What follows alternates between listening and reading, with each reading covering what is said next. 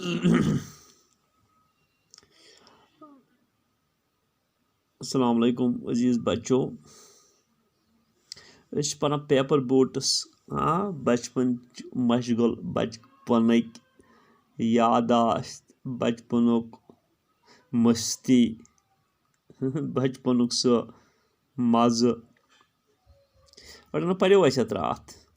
When night comes, वुना paper boat त्रोमस तेज चलवनस आबस मज तो अत पे पन नाव ते लिखमुत अत पे पन गामुक विलेजुक एड्रेस ते लिखमुत तो यह दोहस यह बहरहाल अथ काम सत लगित When night comes, जब रात आ जाती है I bury my face in my arms बहुन पन यानी पन नरन मज वटित पन बुथ चूर थत बिस्तरस मज शंगित तो बुरी गो छुपावन my face in my arms बुरी गो छुपावन बह छुपावन पन नरन मज पन बुथ एंड ड्रीम तो वुचान खाब यह गो ड्रीम यह वर्ब कंजुगेशन ऑफ वर्ब त्रे forms present past past participle dream dreamed बिकिस मज तह गो dreamed that my paper boats float on बह शुंगस और बहुस ख्वाब वुचान ख्वाब के अंदर ये बच्चा क्या देखता है यह ज़रूरी कुन सात ख्वाबस मज इंसान सोन अनकॉन्शियस बेदार गसान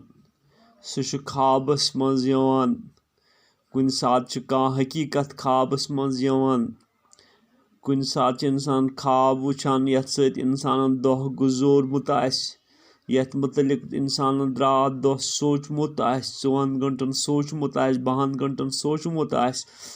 या वारियास टाइमस सोचमुत और रातस तमै ख्यालात ख्वाब बनित यवान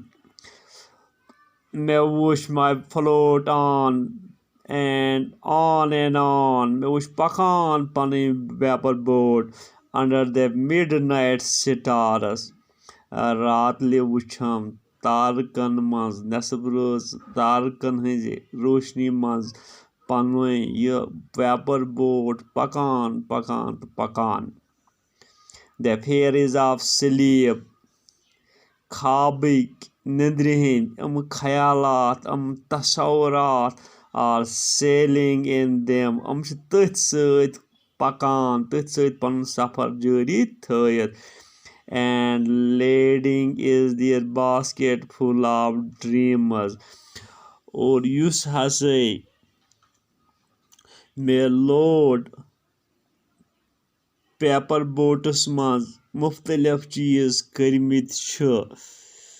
तो हसा बह वुचान ख्वाबस मज पकान नाव लेडिंग इज देयर बास्केटस और यह लोड क्या क्या पेपर बोट्स मज वुच कोरमुत यह ख्वाबस मज फुल ऑफ ड्रीम्स तमाम चीज बह ख्वाबस मज वुचान तो बहरहाल यह यथ पोइम नाव पेपर बोट्स यथ मज पत ग्लॉसरी आमुत फरहंग वर्डन हुंद माने और staying on the surface of a river running गो ये आबुक पकुन flowing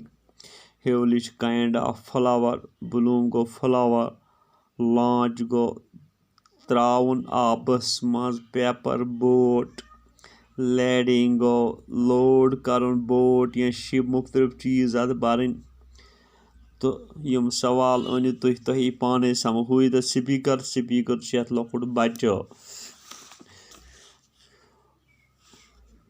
Why does the child float their paper boat कत त्रो यह फ्लड यह पेपर बोट यह कत त्रो आबस मज What does the child write on the paper boats पे क्या लिख Why does the child do so बच कैज यह करान What does the child put in the paper boat तो क्या थो अथ पेपर बोट्स मज सवाल लेखो इंशाअल्लाह रहमान ईज पत बिहु रब्बस हवाल फी